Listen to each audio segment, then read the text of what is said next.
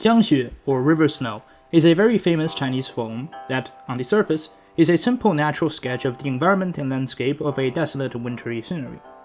I think it would be fair to call it a pastoral poem, which, similar to most pastoral poetry from the West, is doing much more than acting as a simple image description of the wintry scene, and is rather using that natural environment to convey the poet's own emotional and mental states, while also serving as a broader commentary on the social and political environment of the Tang court, which I will be breaking down today.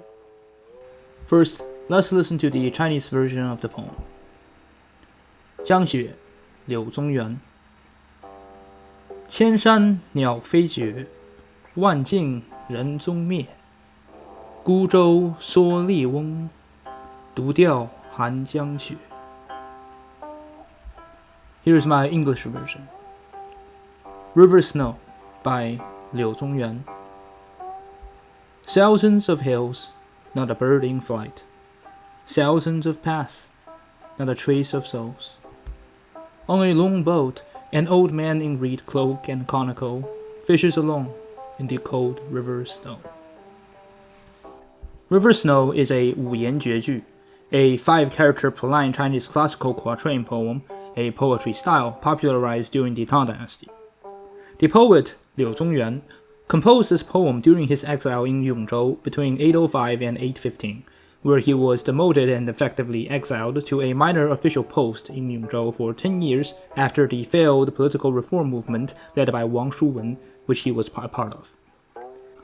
In general, a rather distinctive feature of Liu Zongyuan's landscape poetries are their depictions of remote and secluded natural scenes for the purpose of reflecting his own internal emotional states, often overtly lonely and desolate, especially aimed to portray a physical and emotional landscape which lacked any traces of worldly warmth or liveliness. River Snow is a prime example of this style, where in just 20 characters, the poet paints a serene but frigid, calming but lonesome scenery, acting as the reflection of his own circumstances of being exiled into the equivalent of the frontiers, although there is an asterisk attached to this condition, which we'll be talking about later. The poem can be separated into 2 couplets, which operate in contrast with one another, both in their substance but also in their language. The first line depicts a grand and desolate wintry wilderness, where amongst the thousands of mountains and hills, 千山, there are no traces of wildlife, which is depicted by 鸟飞绝, no birds in flight. The second line continues and states that amongst the tens of thousands of passes through those mountains, 万径, there are no traces of people or traveler, 人踪灭. The characters 绝 and 灭 are especially powerful in depicting the lifelessness of the scenery, as both characters are very strong in their connotations and are both in some ways active.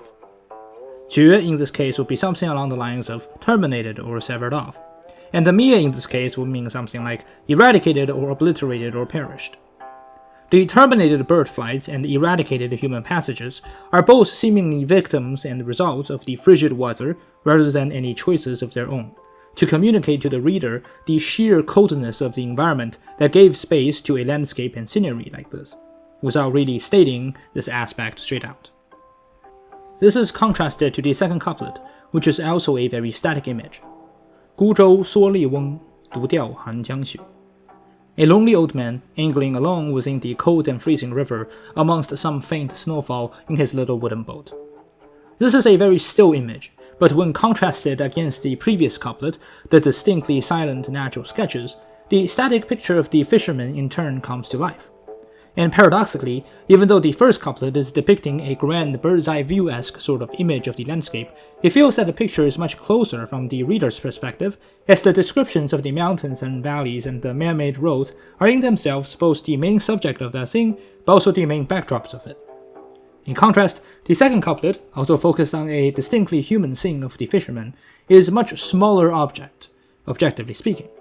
But it feels more distant in comparison, because the difference in scale between the fisherman himself and the notably lonely boat, the 孤舟, in contrast with the grand and expansive backdrop of the wintry river and the mountains and valleys surrounding the environment, makes the main object, the fisherman and the boat, much smaller and makes it feel further away, even though in reality, the actual mountains and valleys are further in the first description. This is reinforced by the difference in language between the 2 couplets, where the 2 lines of the first couplet starts with the 1001 character, the thousands and tens of thousands, used to describe the grandness of the landscape. This is juxtaposed against the first characters of the second couplet, gu and du, where the 2 characters both independently means in solitary or in isolation, but also combine to create the word gudu, which means loneliness, and as such create this opposing parallel between the 2 couplets and reinforce the lonesome aspect of the poem itself. Because of this wintry setting, the symbol of the xue, or snow, is also present throughout the poem, even if it was only ever used as the very last character of the poem, which one could argue is also in some way putting emphasis or attention to it, but I digress. The mountains and valleys, the passes and rivers, are all of course covered in snow in the scene, to the point that the birds have vanished and all human traces has disappeared, as stated in the first couplet. Similarly, the boat's canopy and the fisherman's reed cloak and the conical straw hat must also be dusted with snow, as the man, perhaps a stand-in for the poet, was fishing in the snowfall. But, like I said, the character snow was only directly mentioned in the very last line, Han Jiang Xue, or translated character by character, the cold river snow, which if you're paying attention, Jiangxue, or river snow, is also the title of the poem.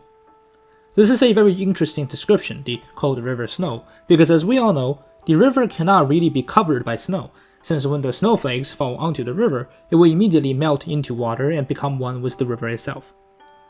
The poet's choice to deliberately join the images of river and snow here creates this painting-like quality that is distant and ethereal, hazy and dreamy, as it blurs the distinction between the water and sky, the river and the snow. And the fisherman is amongst a space of vast, indistinct realm of whiteness, and, in turn, creates the sense of detachment from the mundane world towards the transcendental solitude the poet seeks to convey.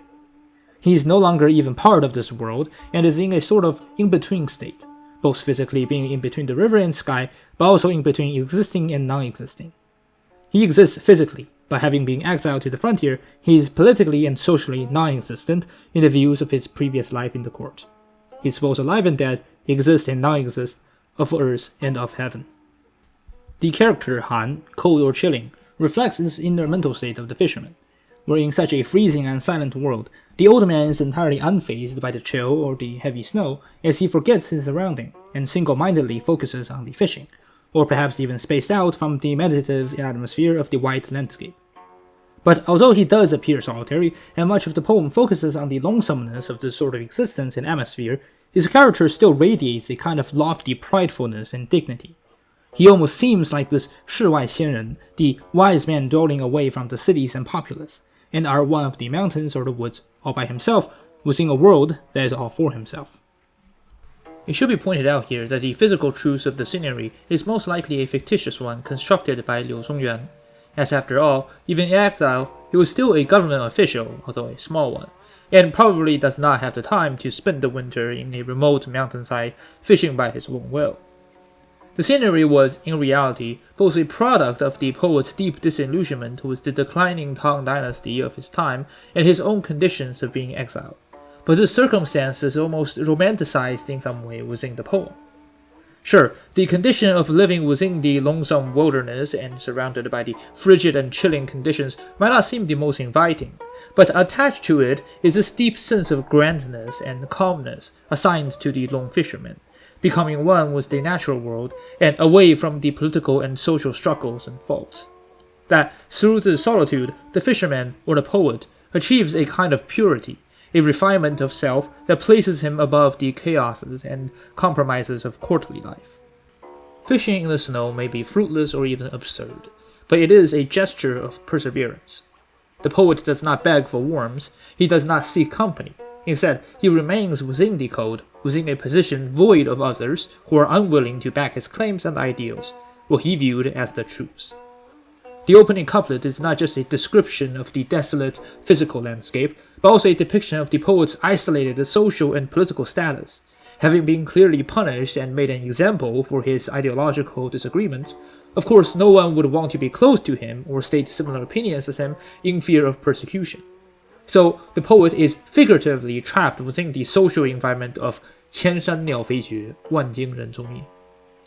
But despite all of this, he is still sure of his positions, that he is still sure he was correct in his push for reforms, and he is still sure of his own righteousness and honor. It is why the fisherman angles along in the snow, that even though his deeds and actions was futile, and people seemed to not understand or willing to believe his ideologies, it was still his job and his responsibility to state what he must and what is correct, at least to him. Thank you so much for watching. I have a literary Discord that I made if you all want to discuss literature with me, and also a classical music Discord server if you're interested. I'm Z, and once again, thank you for watching.